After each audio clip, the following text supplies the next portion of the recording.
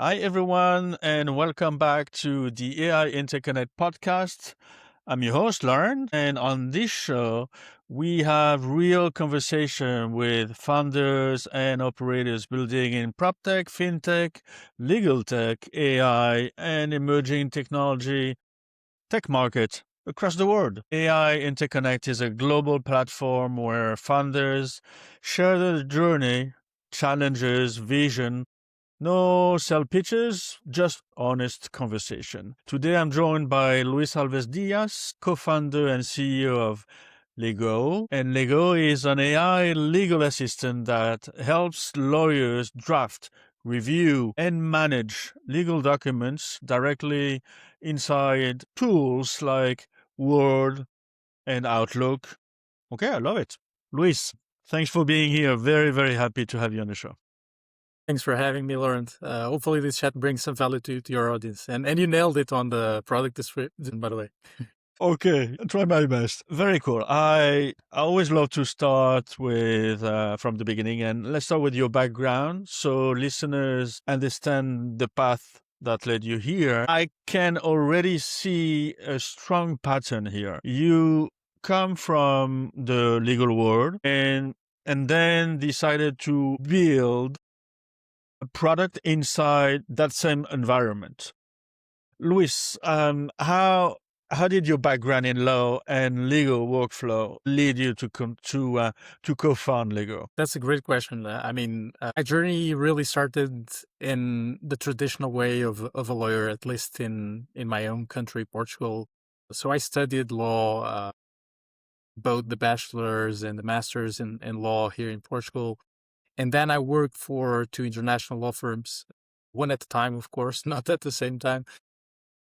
And both were amazing places. I learned a lot from the people I worked with and the clients I was fortunate to serve as a lawyer. But over time and based on experiences that I had before becoming a lawyer and the Students Association, for instance, when I was in law school and other experiences as well, I kind of realized that the part of the work that I really enjoyed as a lawyer usually was more business related. So the business aspects of not only the firm as well, not only of the firm I was working for, but also the conversations that I had with clients about their businesses, why they were taking certain decisions, the operational aspects of the business. So this kind of made me think that, okay, I'm a lawyer, but what really excites me is the business component of the work that I touch.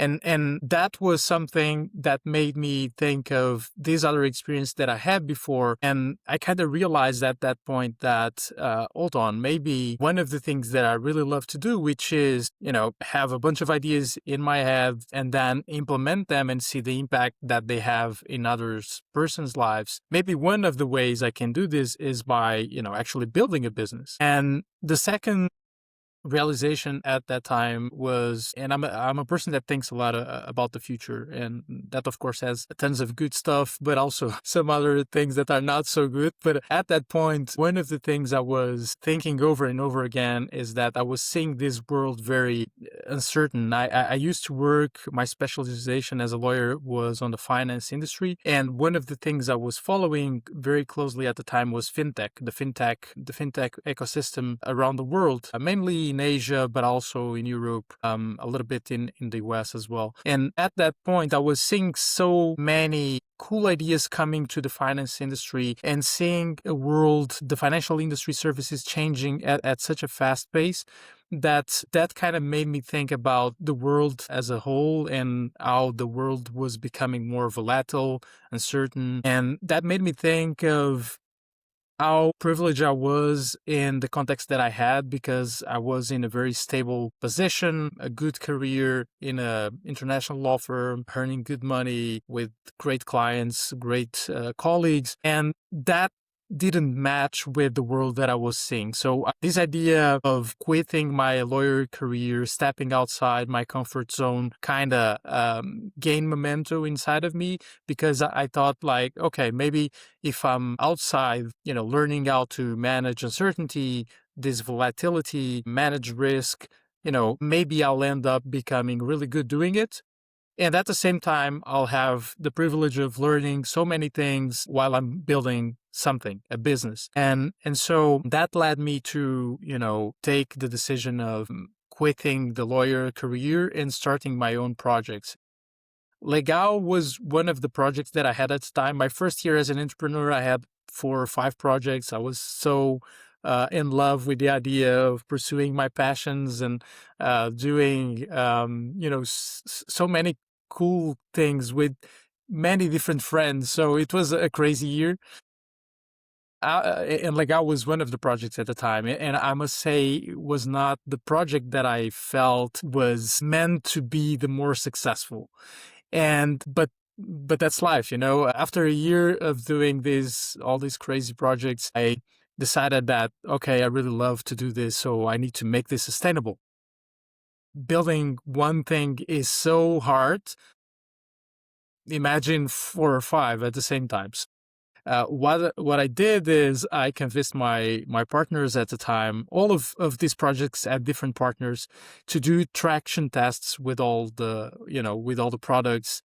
And bear in mind that most of the products were in very, very, very early stages. So we did some traction tests with all of them, and Legau was actually the one that was, we had a staggering feedback from lawyers, from colleagues. And so at the time I decided, okay, that this will be my full time. And this was around 2021, the beginning of 2021, probably. So it's been now 5 years. But you also asked me about, so just giving you a little bit of context about my background and how I became an entrepreneur, but also you asked me about why Legau specifically, why this idea of Legau specifically. And so we are 3 founders, and 2 of us, Diogo and I, we have this lawyer's background. So we have law degrees. We spent nearly a decade working as lawyers in international law firms. And we experienced firsthand the pressure, the inefficiencies, and the intensity of the daily grind of a lawyer, but also the limitations of the technology that was existing at the time. And Diogo was spent some time in Singapore, and Singapore was a very advanced legal tech ecosystem back in the days, at least compared with Europe at the time. And I visited him there, and because of that boiling ecosystem, we started discussing how, digital transformation was inevitable for the legal industry as well. And the legal industry, as you probably know, has been lagging behind at that point. And again, being someone that thinks a lot about the future, it kind of felt to me that, it was next year. So we need to do something about it. We need to be part of this. And from that conversation, we start to kind of digging deep into what are what does our daily routine looks like? What are the problems that we come across in our routines? And the first one was, well, we have all these amazing tools, but lawyers, have very little time to learn things, to operate. They are under constant pressure. So although we had all these tools, they entail learning curves. They were having complexity instead of reducing it. So we wanted to create something that integrated naturally with the lawyer's workflow. So that's why we are native and Outlook native. So we are embedded where lawyers are actually working. And in 2026, this is something that you see more or less around the market. But in 2020 or even 19, when we had this first conversation, this was something that no one was actually doing. The second thing we felt at the time was that quality of life is a big issue for lawyers. And I don't know if you are familiar with the stats, but the lawyers, the legal profession in general, is known for high levels of stress, burnout, anxiety, depression, and I'm talking about chronic anxiety and depression. This is well studied at least in the European Union. And so we also thought about, how can technology help lawyers in this mental health front? And we wanted to have a tool that, helped them manage the workloads, so that they can be more efficient, also free them to focus on things they love to do, be it, high complexity tasks inside the work, or just, be able to go for a run in the end of the day with friends, or have a drink, or spend time with their family. And we wanted to, and because of this, we wanted the tool to be focused on the core aspects of the work itself. So legal drafting, legal research, legal review. And that's why, Legau came about. And that's why we started to build this idea that now, is a business. And it's been also a very interesting school for me personally. Definitely. Beautiful. I love it. Great. Thank you for these insights and your background. Okay, then would you describe Lego a little bit, legal drafting, legal documents, and would you help? Other lawyers, obviously, but okay, then let me specify. What type of law firm gets the most value today? Yeah. I mean, for instance, it depends on the market, but in the US market, we work mainly with small law firms. Usually they are full service law firms, up to 60 attorneys in the US market. And that's where we believe we have more to add in terms of product. Usually these are, firms that don't have a lot of resources. They have a hard time hiring new talent as well. They are competing in the market with other firms that have much more resources, be it to serve clients, be it to hire talent. So I think one of the things we really are able to deliver to them is this reliable and trustworthy, and that's very important as well, AI system of leverage. And what this means is that, leverage is something very important in the legal industry, is a key component of the business model of law firms. And that's why usually law firms have a pyramid. They look like pyramids because the associates are that leverage. But when you have a hard time hiring new talent, when you need to ramp up those people, when you are competing with other law firms that have more resources than you, sometimes that's really hard. And when you have those associates, that talent, actually, they are really, really busy. And sometimes they don't have time to all the matters you have. So AI and the tool that we have, what we bring is actually, leverage by systems. Instead of having head count, you had a system, an AI system that actually helps you, deliver the core legal work you need to produce. So legal documents, and I'm not talking just about contracts. Usually our competitors focus on contracts. We actually deliver on multiple types of legal documents. And so be it on the legal drafting side, the legal analysis, but also the legal research, we are there for these small firms, and we actually help them have this reliable system of leverage. And I believe, and I hope, I'm right here, and we collect data about this, that we also help their practice be more humane, in the sense that, they are not so pressured because now they have something that helps them manage their workload. And I believe that in the end, that also reflects on the community they serve and the way they serve their community. And one of the data we collect is how satisfied the lawyers feel at work by using our tool. And I'm very proud to say that according to our last report, which was done last year, 5% of the lawyers felt more satisfied at work. So that's huge in a profession that has so many challenges in terms of, burnout, anxiety, stress, all of that. I'm proud of that. Yeah, yeah. I didn't know about these statistics, but makes sense. So much work, long days. Maybe more in the US. I don't know, but this is. You also mentioned that okay, you are still in the early stage in the US, and learning the market as a bootstrap company. What has been the biggest surprise when trying to grow in the US compared to Europe? Mm. That's a great question. I think, you know the US market is, and we are talking always about the legal services market here. I think one of the big differences that we felt was the maturity of the market, because in the US, the market is more developed from a legal tech perspective. Usually, well, at least most of the time, you are not introducing technology for the first time in the firm. You are coming as an alternative, or you are even replacing something that they have tried themselves before, or that they are still using currently. And that means buyers usually are more experienced, but they are also more demanding. And so standards are also something where we saw significant differences. Standards are also higher in the US market, both in terms of product quality, of course, the type of features they are expecting, how the product behaves, all of that, because in the end of the day, they have a huge volume of alternatives. But also in terms of customer support. So users expect, times.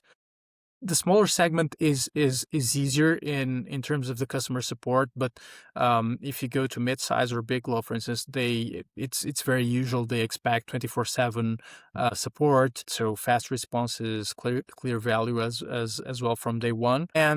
And since we talk about competition and huge volumes of alternatives, that's also something very, very intense in the US market. The number of alternatives is just staggering. And because the US market is such a big market, and probably, it's the largest market in terms of legal services and legal tech in the world. And because it's such a huge market, you have a lot of volume that justify that each practice has their own specific tools, for instance, many times. So there's really a lot of competition, and this usually means that it's really hard to get their attention. So, and that go-to-market channels are much more saturated than for instance, in Europe. Definitely, I think these three are three of the things we felt in the US market, and as I wouldn't say surprises, but let's say the intensity of all of them might have surprised us a little bit. Yeah. Yeah. Okay.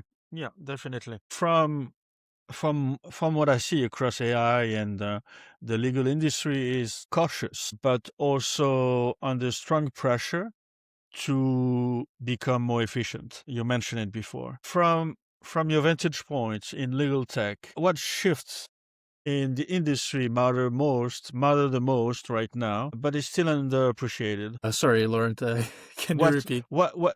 Yeah, Yeah, I was trying in the legal to tech, light. Yeah. of course. What shifts? What shifts in the industry matters the most right now, but is still underappreciated? I think there's still, we are AI legal drafting assistants. And one of the things, so we talk a lot with a lot of customers in the market, be it the associates, be it the management of the law firms. And I think one of the things that I still see underappreciated in the market is that how significant the impact of AI will be in the industry. Because, when you have, or let me put it in I'll try to summarize it. So the legal production of legal work, so the production of legal work has been manual for decades. And when I say this, what I mean is that lawyers were the production engine.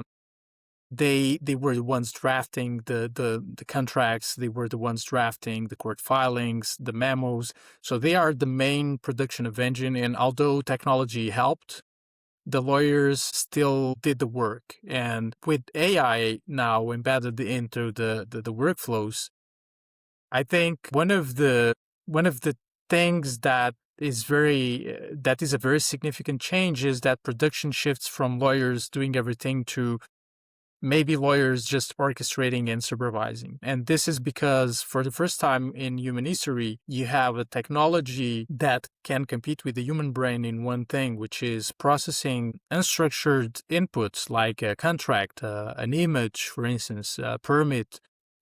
And then after processing those unstructured inputs, really produce unstructured outputs in a structured way. What this means is that, okay, now we can get that information and actually generate a contract, for instance.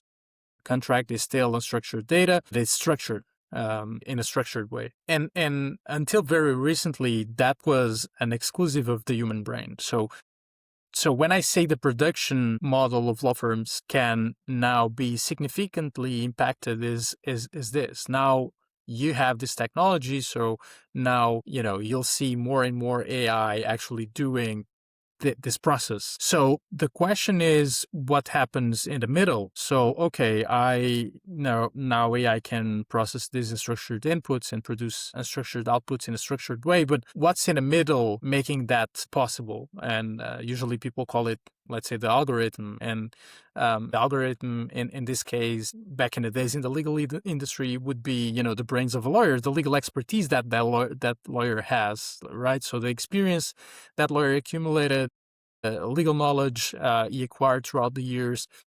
But now, and this is one of the other shifts that I think this specifically is the most underappreciated, which is,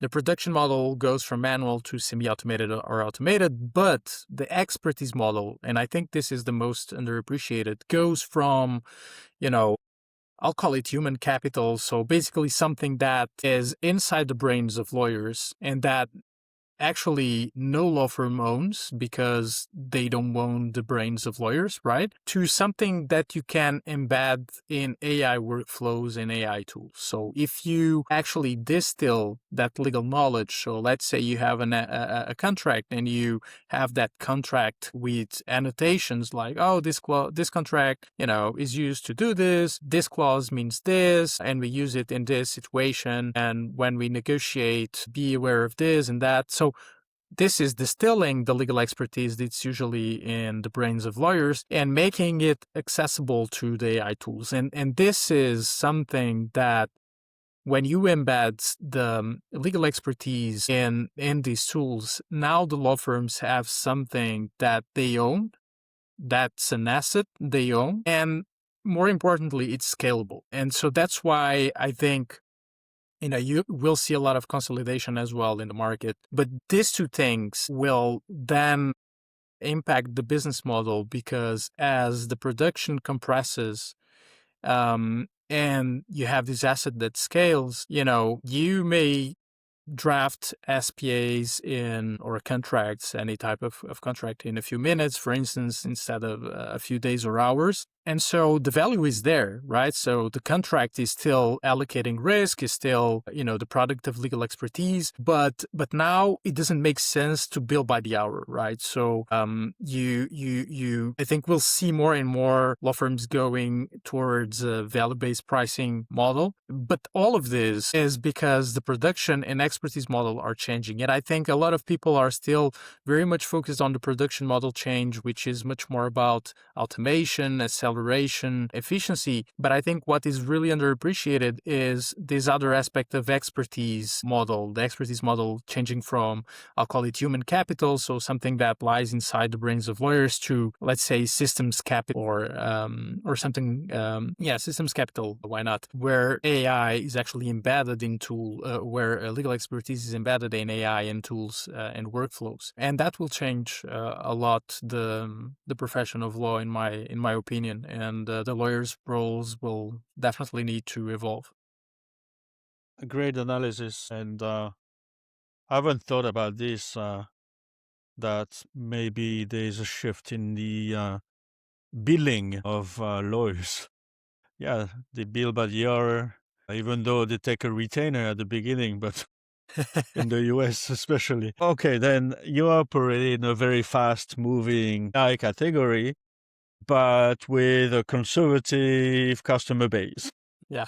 That's okay. And that requires strong focus. Okay, then looking ahead, 12 to 18 months, what does success realistically looks like for Legau? Well, in 18 months, I would love to say that Legau has become the leading AI drafting assistant for small law firms in the US market. And not just because of having, fancy, great technology, that's important, of course, but also because we were able to make something that lawyers feel like actually helps them work better, faster, and with less stress. And that's something always very important for us at Legau, and it's part of our mission, is this idea of bringing more joy, empathy, and balance to the lives of lawyers, because they already are great providing the services they provide. So it's just a matter of, in this case, using technology to make their life a little bit more enjoyable and make also the provision of legal services more humane. Because in the end of the day, it's not just the human lawyers that are benefiting, is also their business, because of course this is a beautiful mission, but in the end of the day, these are companies, although they don't like to call it that way. But when you have this kind of impact, what we see usually is that the financial metrics also benefit. So we are talking about more margin for you, bigger realization rates, more revenue per attorney,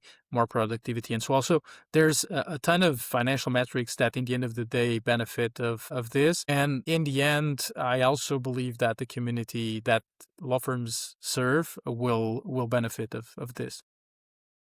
No, definitely. Are you focusing more on product depth or market expansion? Yeah, I think at the time, a little bit of both, actually. So we are continuing, and that's our main focus, is to expand in the US market as much as we can, penetrate that market, especially with small law firms. But also, we are very excited about what is coming next in terms of the product. We are working on a new and more powerful version of Legau. We call it internally Legau 3.0.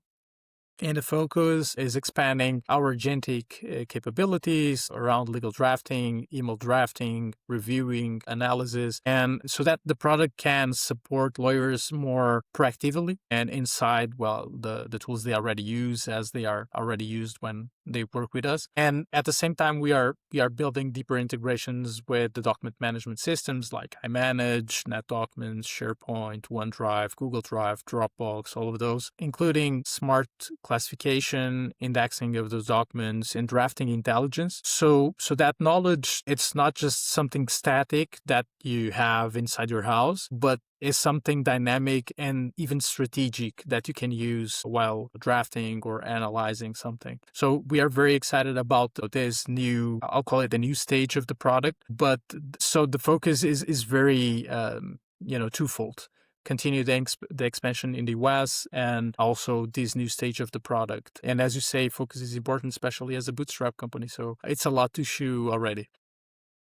Definitely. And okay, what advice will you give your earlier self when starting Lego? It's a hard one. There's many of them. Yeah. Well, there's a few. There's a few for sure. And that's a good sign, I would say. Yeah, of course. Well, at the business level, I think I've been very focused from the beginning in scale, how to make things scalable. But I think one of the things, a very important thing that I learned is that, the real focus actually in the early stages should be learning. Don't worry too much about scale in the beginning. Focus on learning and understanding your customers and the users and the market deeply, because scale only makes sense, when you have found things that genuinely work and scale, right? On a personal note, I would say that, I should remember more things, that are some things within our control and others that aren't, and put my energy into what I can actually influence, which is the way I work, my attitude, the energy that I put on things, the quality of my decisions, how well rested I am for important meetings and other stuff, and let go of the rest. This is a hard one, but I think it's something I learned that is very important and that I would probably could have used from the beginning. And also one important one that I should mention, which is having some sort of practice to decelerate your mind and kind of reduce the noise that's around you. Because as you said, we are in a very competitive market, and I mean the segment we are, but also the US market. And there's so much noise everywhere about what AI can do, what you are supposed to do. Even the way we built the company, which is a bootstrap company, is something unheard of usually in this kind of segments. So and that was done by option. So one of the things I think it's also very important is to have a practice that decelerates your mind, reduces the outside noise, and makes you more aligned with your intuition, because that's very important, I think, in life, but also when you are building a business, one that is probably a marathon. And yeah, I would say, I would say Yeah. these three. And yeah, I love it. I love it. Thank you. This is cool, Luis. Thank you. Thank you for joining. Very strong insights into your journey, the legal AI space, and the work you are building at Lego. Thank you for your time. It was a great conversation. Thanks for having We me. have to do it again, Yeah, let's definitely. do it. Yes, definitely. Thank you, Luis. Thank you. Thank you for having me. Where can people reach you and learn about your work if they need to? Yeah. So if people want to learn more about Legau and what we do, I think the easiest way is probably through our website, legau.com. So legau.com, or the LinkedIn page of the company. And if you'd like to connect personally, always happy to chat about LegalTech, the future of legal services, education, the future in general. So just reach out to me on LinkedIn, Luis Alves Dias. Yeah, that's it. One, You probably one, can share the wonderful. links, right? Yeah, I do share the links. Or there is a way to find us on LinkedIn through connections. Thank you so much. Thank you, Laura. And that's it for today's episode of AI Interconnect. And if you enjoy it, share it with someone who's building the future, or better yet, someone who should be. And until next time, stay curious, stay creative, and keep building. Thank you. Great to see you, Luis. Thank you, Laura. Likewise.